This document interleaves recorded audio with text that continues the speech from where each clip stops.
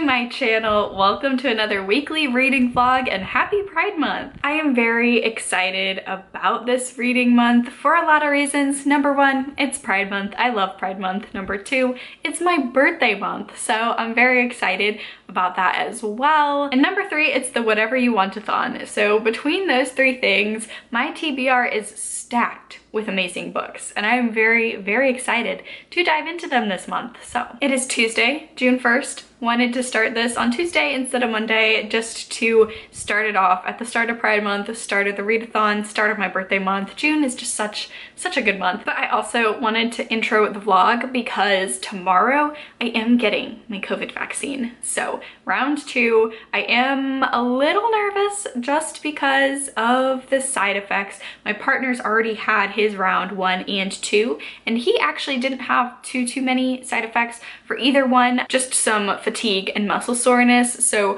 I'm hoping that I don't have too many bad side effects. So yeah, I'm getting that tomorrow. So I wanted to come on here, intro the vlog well before then, because just in case I get it and just don't feel like doing anything except for sleeping for a couple of days, then I will still have some vlog footage for this week. But this weekend was actually very exciting because I did go to the library and get my library card. We've recently moved and I finally got my license so that I could go and get my library card, which is very exciting. So I do have a quick library haul, and I wasn't anticipating on getting this many books, but I just saw them all, and I haven't been to a physical library in such a long time.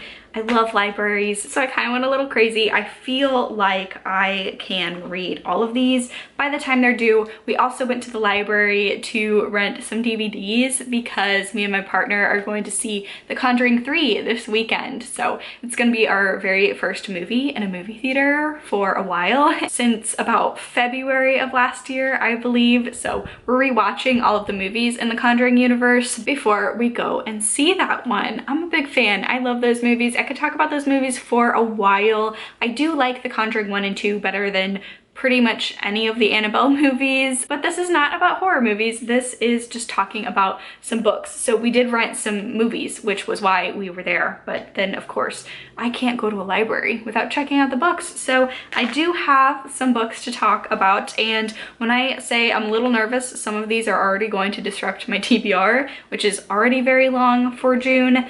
Yeah, first off, we have The Divines. This is by Ellie Eaton. I picked this up because I had heard it was a dark academia novel. Full disclosure, I did already try and read this. I got to about chapter 4 and it's not for me. I didn't enjoy it, so I will not be reading this, which is unfortunate. I really was drawn to the cover and just the themes. I really love a good dark academia, but I wasn't vibing with it, so I DNF'd it, and this is like a 14-day loan because it is a newer release, so I'm just gonna return it sooner rather than later so that someone else can read this new release since I wasn't a fan. The other 14-day loan that I got that I have a slightly better feeling about because I did start this one last night and I'm only on page 6, but I am enjoying this one so far. It's The Once and Future Witches by Alix E. Harrow, and this is about suffragettes and then also witchcraft. Very intrigued. I will be reading this one definitely this week, just so again I can read it before the 14-day loan is up and I have to return it to the library. So looking forward to reading this one this week. I also got a Discovery of Witches because I had heard from some people that this has some academia vibes, even though it's like a paranormal romance.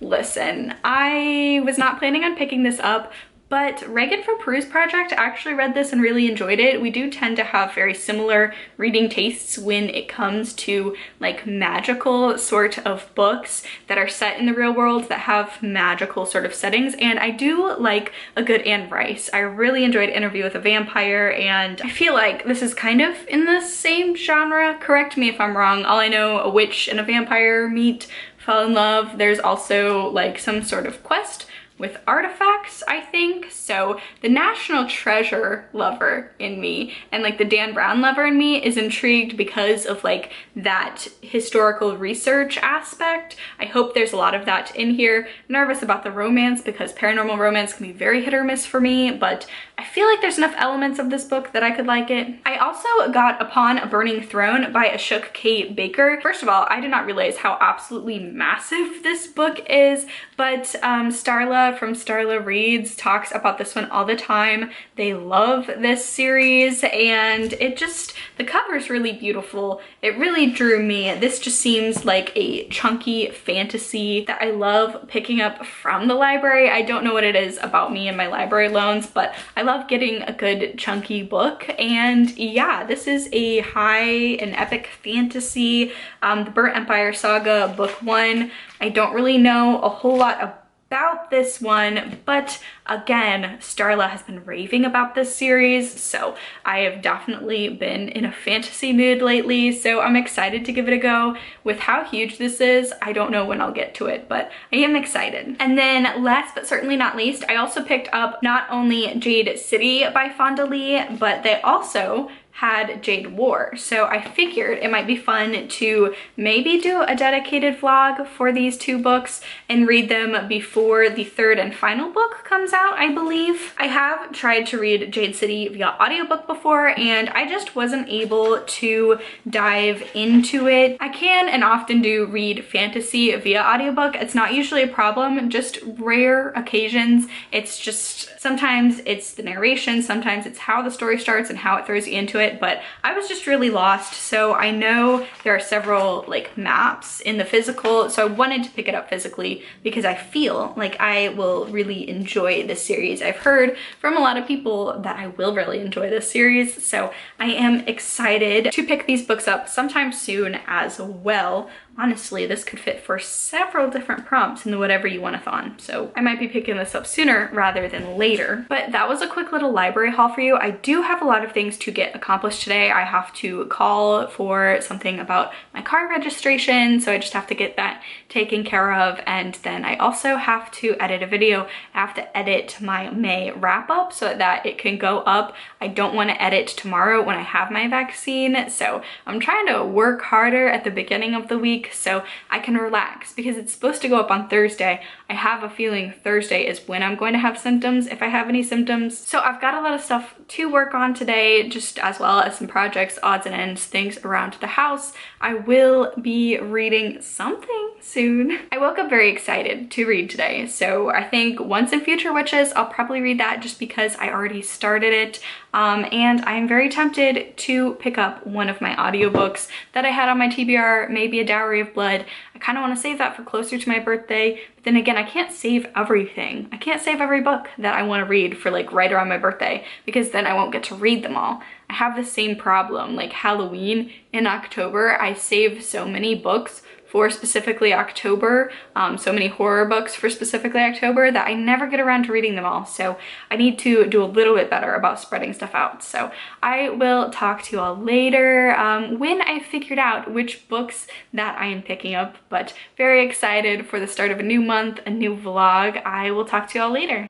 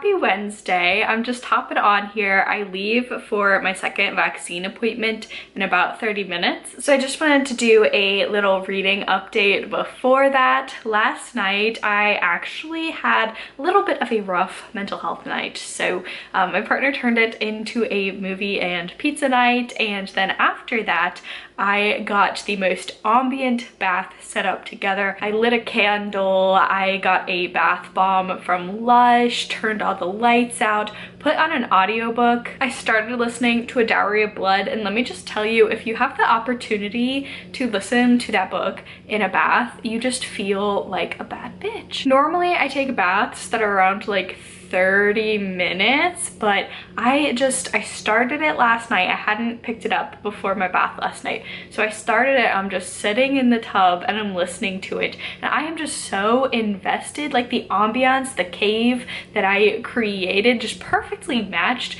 the aesthetic and the vibe of this really creeping and beautiful vampire story. And I was just entranced, and it came to a point where I was like, wait a second, how long have I actually been in here? So I checked the time. I've been listening to the audiobook for over an hour, so I really am loving that so far. So that's my big reading update. I am planning on, I think, just listening to it at the end of each day. It is about vampires. It's so beautifully written, beautifully gothic, and it just feels like something where sometimes I like to listen to audiobooks like on the treadmill or when I'm taking my dog out for a walk, but this one is like you want to listen to it in near darkness, sit in the bath, or I have like a Himalayan salt lamp in my room, so put that on, or by candlelight. This is such a candlelight book. It is so good. It's a retelling of Dracula's brides.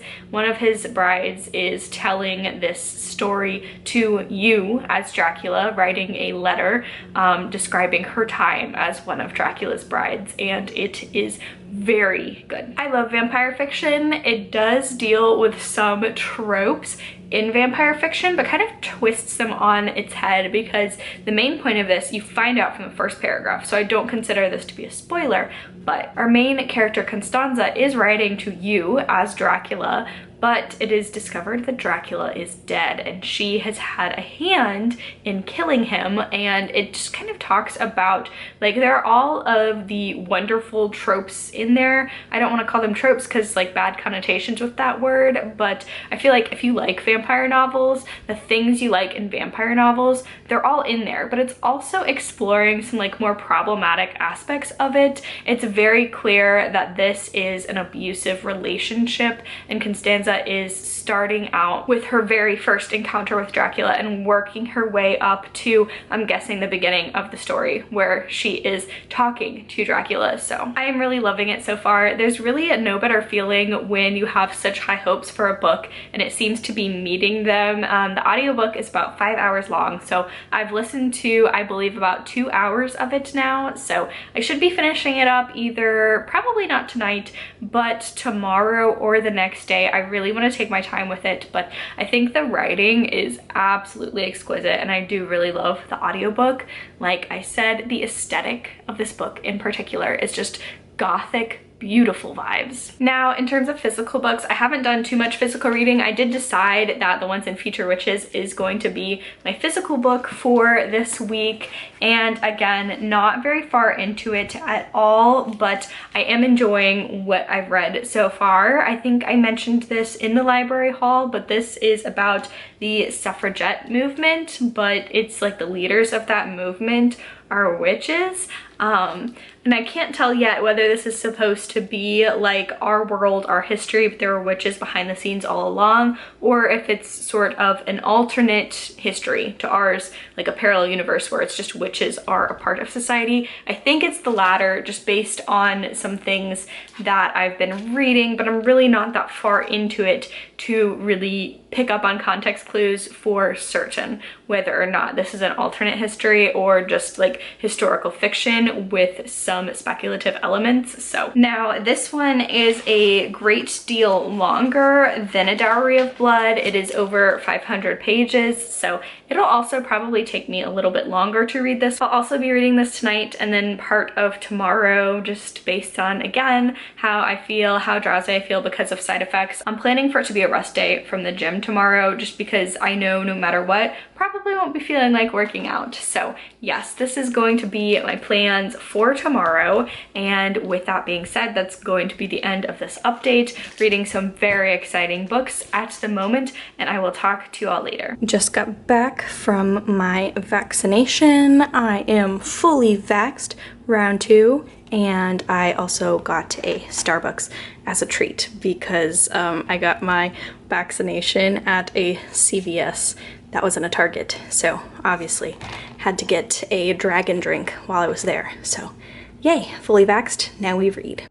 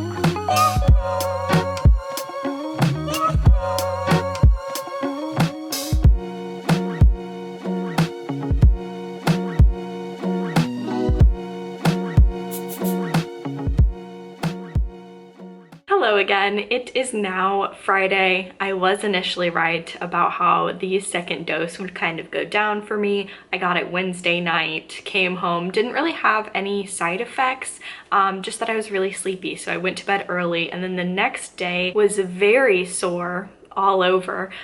Kind of like when you have a flu or a cold and you get like an achy lower back, at least for me, like you kind of just feel achy. That's how I felt sort of all over. I didn't really have much of an appetite. I was very tired. I did not do anything. Was lucky enough that I was able to pretty much just relax all day. I did play some Animal Crossing. I did listen to some of an audiobook, but I definitely wasn't trying to exert myself too much. And then now today I feel completely fine. So it was kind of like an off day for me, but definitely not too bad. And I am so excited to finally be able to start moving towards like a sense of normalcy. I'm very excited. Now me and my partner are fully vaxxed, so kind of moving towards a sense of normalcy again is very, very exciting. Today is actually our anniversary. We've been dating since 2014.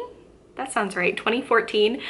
So it has been a while, and we are actually going to go and get dinner and see a movie tomorrow to celebrate, which is going to be so much fun. We haven't been out to a restaurant, seen a movie, really done anything for the past year. Again, I feel like, you know, we're all in the same boat here. So it's really the little things. I'm very excited just to, you know, do the standard dinner and a movie, but that's going to be very fun. That'll be tomorrow, like I mentioned. Also, I'm just so happy that I got fully vaxxed because I feel more comfortable than going and visiting my extended family. My family is actually dropping my little brother off at college this month, so I'm going to go with them to drop him off, make a little vacation out of it. So definitely that's something where I definitely feel more comfortable being fully vaccinated, just doing that sort of road trip travel. And all of my immediate family is fully vaccinated as well, which is exciting. So I'm very happy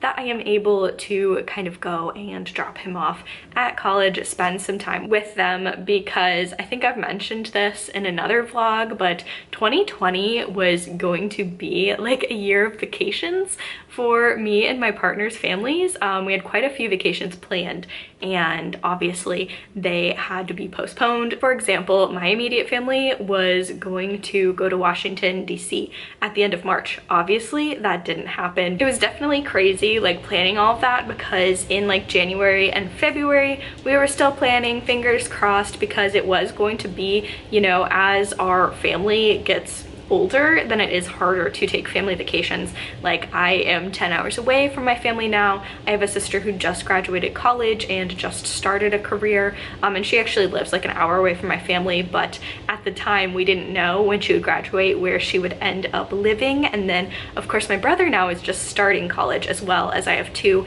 younger siblings that are still in middle and grade school. So obviously as we all get older, it's going to be harder and not become a thing as much to travel as a family. So it was kind of a bummer that we couldn't travel last year, because obviously it just gets harder and harder every year as people grow up and kind of move to different places to get together. But luckily I think that we will all be able to get together in June. And slightly different, I don't think we're actually going to be going to DC or anything like that, but my brother is going to school on the East Coast, so just a fun family road trip there. So that's just a little bit of a personal update. In terms of reading, I am currently reading The Once and Future Witches. I'm also still reading A Dowry of Blood. I have about 2 more hours left of that audiobook. Actually, I think it's less now. I think it's about an hour and a half left of that audiobook, and I'm still really loving it so far. This one as well, I am very intrigued by, because it is following, I'm pretty sure it's an alternate universe. It's historical fiction, but it's an alternate universe, and it's about the suffragette movement,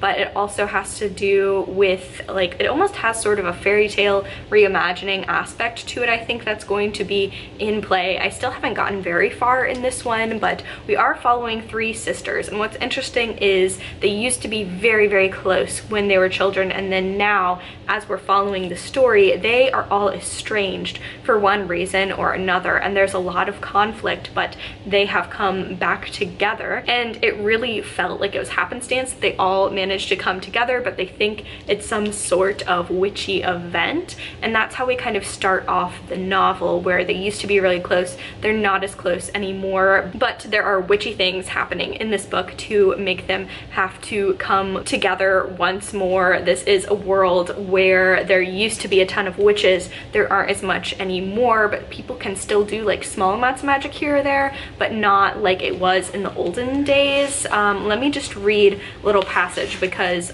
it is hard to explain. So in the introduction it says, "There's no such thing as witches, but there used to be. It used to be witches were wild as crows and fearless as foxes, because magic blazed bright and the night was theirs. But then came the plague and the purges. The dragons were slain and the witches were burned, and the night belonged to men with torches and crosses. Witching isn't all gone, of course. It's just a lot better behaved than it used to be." I love a good historical piece with some sort of magical element to it, especially in an alternate reality sort of imagining. I think that's really where these historical stories with ounces of magic really flourish, because you're not really constrained by any of our history. You can definitely have it go in different directions. I do love a good witch book, and it's actually interesting because I do have 2 sisters, so this is following 3 sisters. I'm one of 3 sisters. I have 2 brothers as well. But what I think is really going to make or break this book for me is that stories about sisters, because I do love stories about sibling relationships as a whole.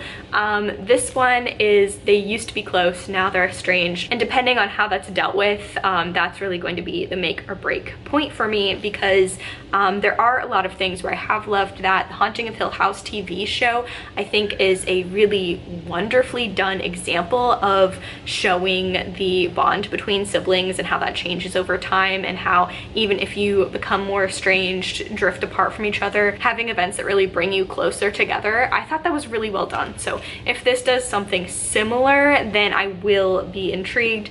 Again, this is one where I almost feel like I would prefer listening to it via audiobook, because the prose in here is very much like very whimsical, very fairy tale-esque. There's just a lot of simile and metaphor, so I almost feel like this would be a really good audiobook to get lost in, just in terms of that storytelling. And so in addition to the main plot, I have seen now several different little fairy tales interspersed that I feel like is going to have to do with the plot and kind of having like these fairy tales. And I definitely feel like those fairy tale aspects would be really good with audiobook. Obviously, I'm reading it physically. I haven't listened to the audiobook. I just have an inkling that this would be a good one to listen to via audio. So yeah, I'm not too far into this. I will say I have been very burnt by historical fiction this year, especially historical fiction with magical elements. So I am really hoping, I've heard kind of mixed reviews on this one, but I have a feeling I'm going to like it, fingers crossed. I am just a little bit nervous with it. I am very much looking forward to reading more of this, so I'm going to get back to doing that.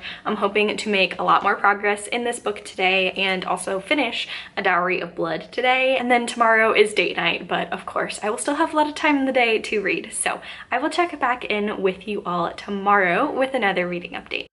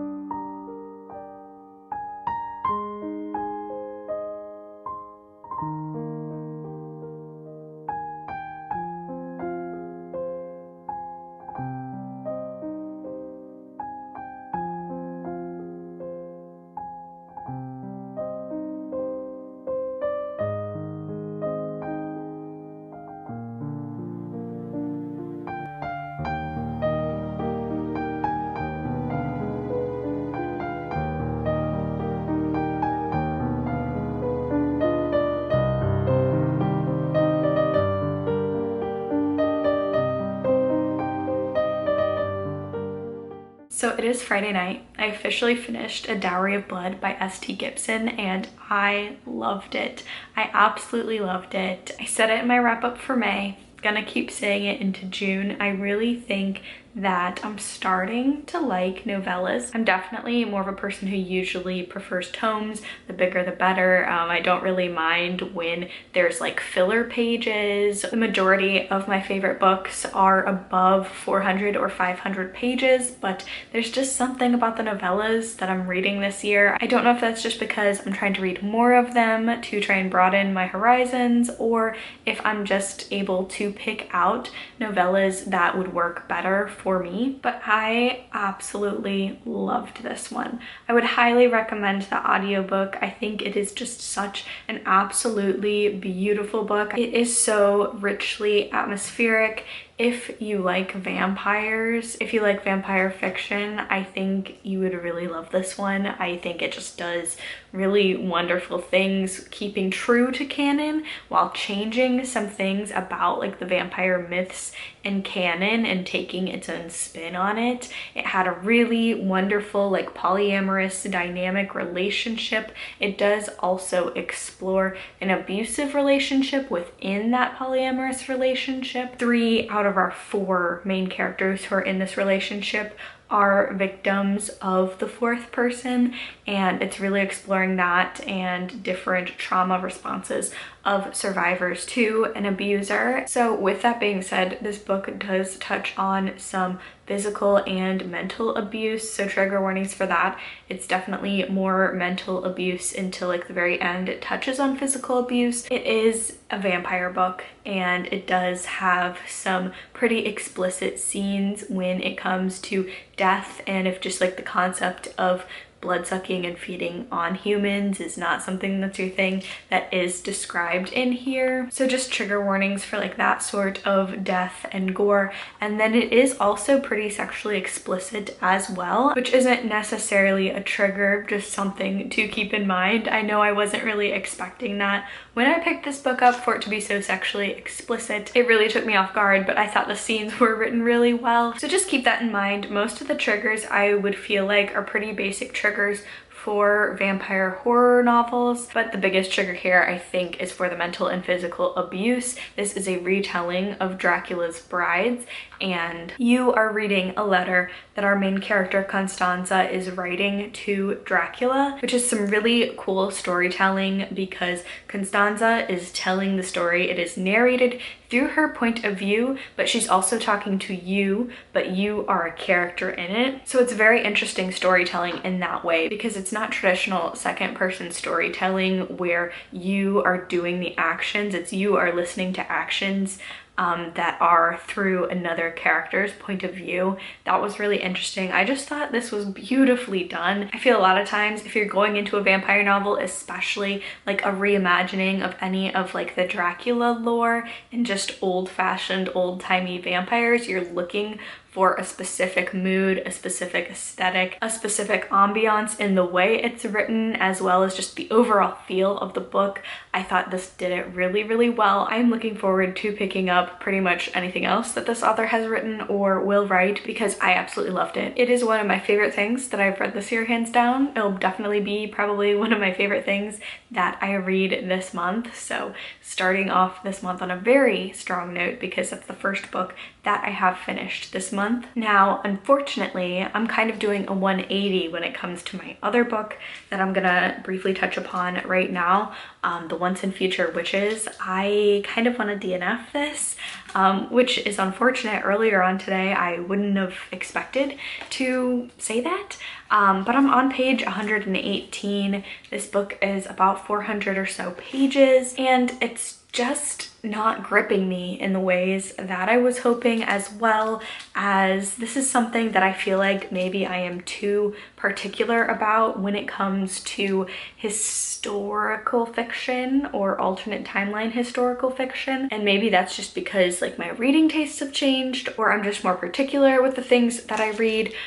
because this genre, I feel like I like this genre, but really every single book in this genre that I've read this year, I haven't been a fan of. So I don't know if it's the books I'm picking up or just I don't really like this subgenre as much. So this says it's a powerful tale of defiance, sisterhood, and the right to vote. And I obviously knew, since it was about suffragettes and the women's right to vote movement, that obviously it's going to be set in a period of time rampant with misogyny as well as like other social justice issues. And to some extent I see the appeal for historical fiction, even historical fiction fantasy, to be accurate to that time setting, but it just kind of is not a fun experience to read about. And I feel like it is tricky. I understand that if you're writing from a historical setting where obviously society looks a lot different, and I just feel like, especially because it is an alternate timeline historical reimagining as opposed to being set strictly in our world, I feel like this is a big sticking point for me with fantasy in general. If things like witches and magic and dragons exist, then why does there need to be racism and sexism in a fantasy world? And I understand going into this that I was dealing with the suffragist movement, but the tone to this feels more fairy tale whimsical, and it doesn't actually touch upon deeper issues such as that. Like we kind of brush upon racism, brush upon classism, but the tone of this book doesn't really confront that in a way where I feel like it's ever going to, and it just feels so light and airy and whimsical that I feel like we could have eradicated some of that in this world and kept that sort of whimsical fairy tale sort of vibe. Does that make sense? Am I making sense? Like, I like the idea of it. I'm not really liking the execution with the narration style that the author is doing in this. I feel like it should have been in an alternate universe where there is no sexism or racism. Or I feel like if the author wanted to have it really, really true to the suffragette movement and to our era, because there were extreme problems with the first suffragettes in terms of they were very racist, they were also very classist, and there was a lot of debate within the movement whether to give poor women and women of color the right to vote. And so if we are going to go that route, then I feel like the book should have had a more serious tone instead of being very like light and breezy and kind of breezing past those topics. Again, maybe it does later on in the book, and obviously it's kind of a me problem rather than the book problem, but I kind of want to DNF it. I mean, I'm on a high of reading a really wonderful book, and I'm just really not vibing with this book. And I do feel bad because I feel like maybe some of this was something I should have anticipated while going into it. And for the record, I don't mind fantasy sometimes that has those elements if they are being challenged. Like, for example, the Poppy War deals with imperialism, it deals with colorism and racism, but those issues are dealt with very seriously, and it is like a big thematic part of the book and unpacking that, whereas I feel like this book is not going there. I'm just thinking maybe I need to take a break. I was gonna say maybe I need to take a break from historical fantasy, but Dowry of Blood is technically historical fantasy horror because it takes place, I think the book ends off in like 1930, so obviously I still can enjoy historical work. I've just really been striking out when it comes to fantasy in this genre. So while it is a bummer to maybe DNF a book at like 100 pages, I'd rather have read 100 pages and DNF it than read it's actually about 500 pages and not enjoy the 500 pages. So I'm gonna put it down for tonight and then see how I feel in the morning. I hope this ramble kind of made sense. I also forgot one more thing that I probably should have known that I wouldn't like about that. I love the idea of fantasy or fairy tale-esque sorts of books, but I've realized that even the ones that I do like, they're never like favorites of mine, or they're just like middle of the road sort of reads for me. So I don't know why I'm always so drawn to those premises, but then they always kind of fall flat. So a lot to think about with this one. And I hope what I was saying about like the topics in that book just not being dealt with in like an appropriate way makes sense, or just way that I enjoy. There have been books, let me look up the title of it really fast, because there have been books that I've enjoyed that are still alternate histories, but they still have like aspects of society that were true to the time, but I felt like did in a slightly better way. Like Dread Nation by Justina Ireland, that was about a alternate timeline from us where after the Civil War actually got cut short by a zombie outbreak. So it's kind of like the zombie apocalypse, but our nation's still kind of in the not so aftermath of the Civil War, because the Civil War never like got fought to completion because of the zombies. So it's still very much in like that sort of antebellum era. And in that era, it is obviously still a very racist place to be. If you're in the South, we do follow a Black main character and we see that. And then as well as it's also just not like a very friendly place for women either. So I have read books that are in alternate timelines, but they do deal with topics like I was talking about, but again, the tone of how they are dealt with and it's actually tackling those topics, like a big part. It has been years since I've read that one. And actually the sequel came out in 2020, which I might have to read because I did enjoy Dread Nation. But Dread Nation came out in like 2018. I think that's when I read it. So it's been a while, but the focus on that book was not only like about zombies, but those issues and how they dealt with were also a part of the story. I just feel like some of the historical issues that I'm having problems with in here are not going to be challenged, which I'm not as much into. I don't know, I'm just not enjoying that one so much. So I think I might be DNFing, like I mentioned before. So yeah, that is my update. I wasn't planning on updating, so the lighting might be a little bit funky in this update, but I will talk to you tomorrow. I will let you know on Once and Future Witches, and I'll also try and pick something else up in the meantime and see if I have better luck with that. But have a good night. I will talk to you all tomorrow.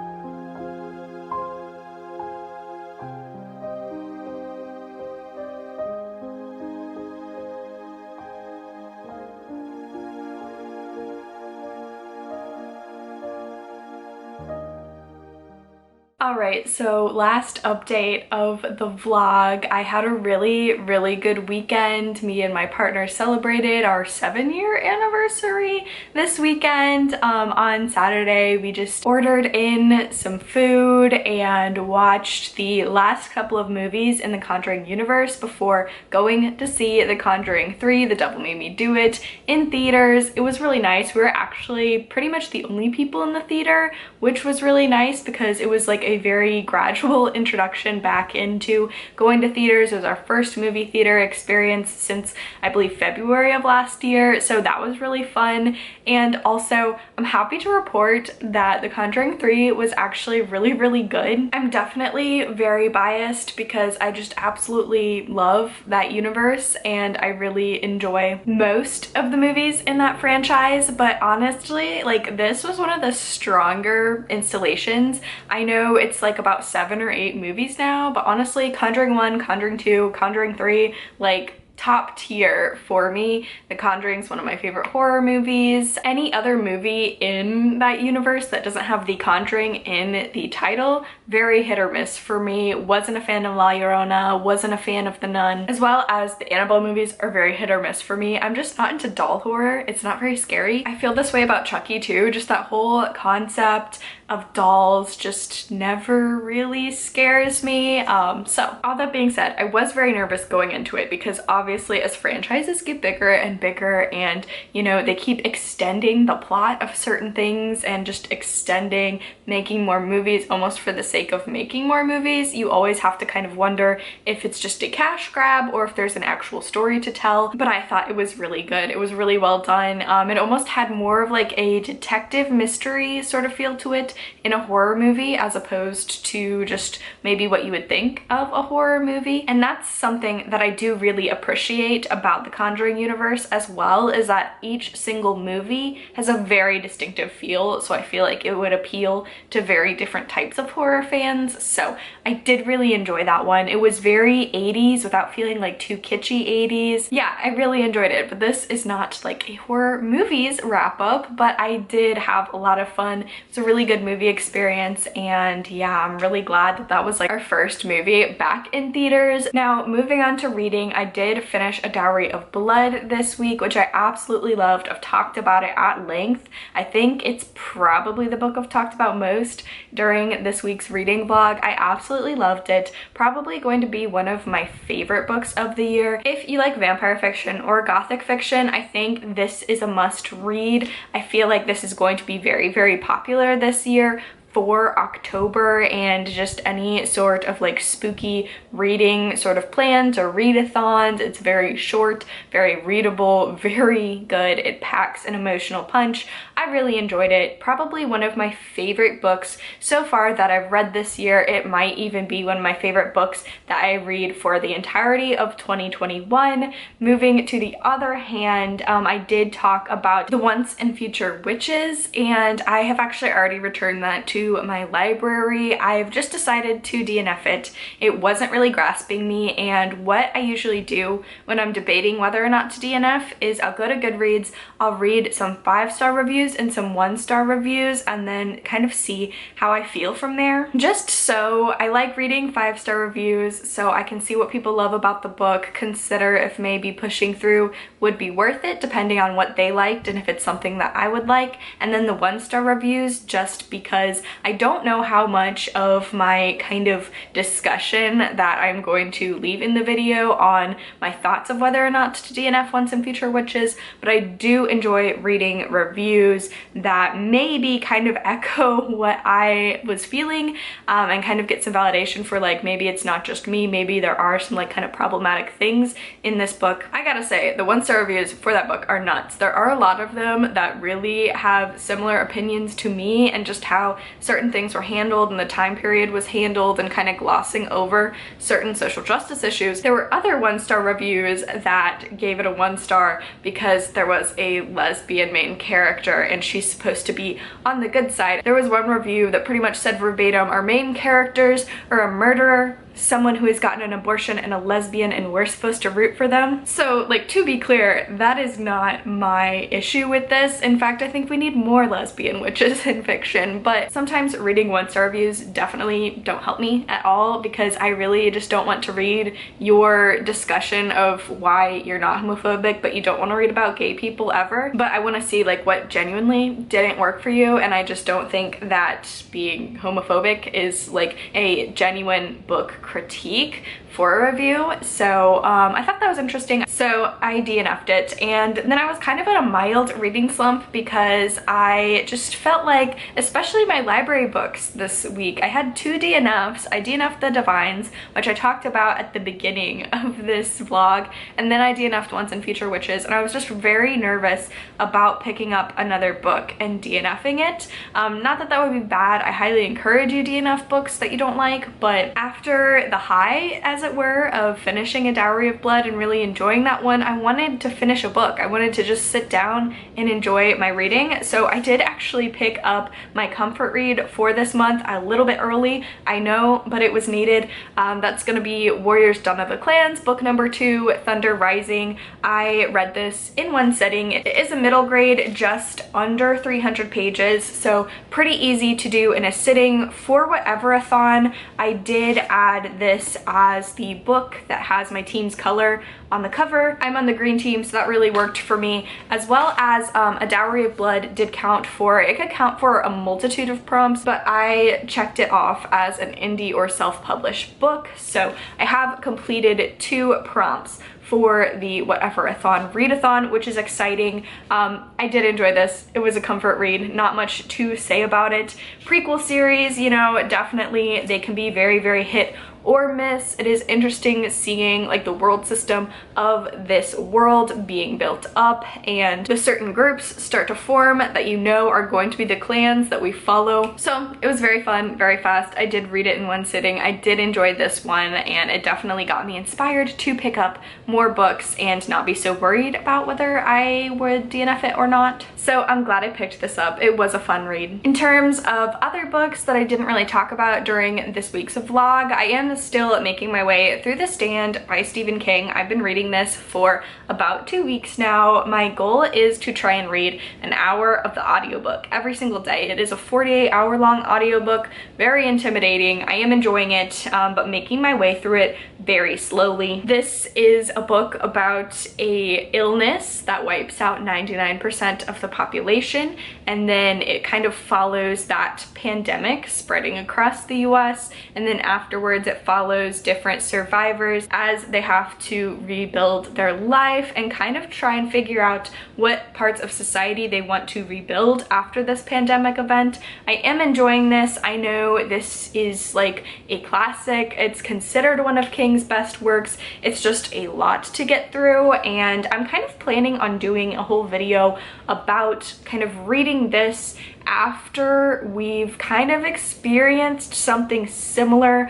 Obviously not to this magnitude, thank God, but I tried to read this last year, and then last year happened, and it's a lot to read about a severe illness when a tragedy is happening in your country at the same time. So kind of trying to put my thoughts together about reading fiction like this, pandemic fiction like this, and kind of comparing and contrasting about like what authors have gotten right and what they've gotten wrong in terms of just like the overall opinions and views of humanity and how people react to these situations. It's very interesting. It's a very interesting character study, and it's a lot. So you might not see this in like my weekly reading vlogs, but I think I am going to have like some sort of discussion video about this once I finally finish it. We'll see when that happens. It might not be for a while. Now, in terms of books that I'm planning on picking up for next week, my book of the month box should be coming in the next couple of days. So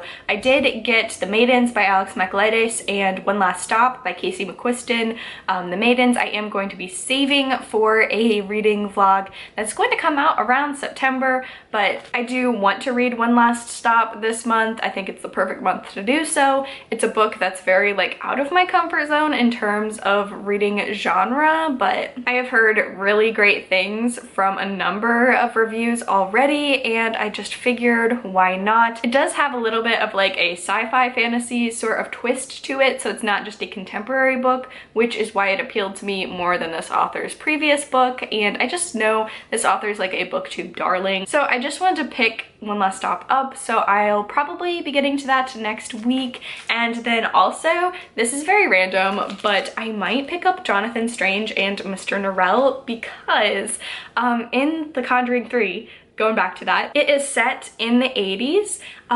There is one scene where they're at a lawyer's office, and the lawyer has the stereotypical wall of books behind them. It's like apparently supposed to be like law books, you know, like the really pretty ones with the fancy spines. However, I noticed this book on the bookshelf. It didn't have the cover on it, and I don't want to. This is actually my copy. I bought it on Thrift Books for like $4, which is a steal, I feel like, for a book this size, but it does still have the library binding, so I can't take off the dust jacket. But this book has a very distinctive spine. I don't know if you can see, it's like all black. It has the name of the book and then that bird on the spine. It's very similar to this spine, but it's like all black, and this is in gold foiling.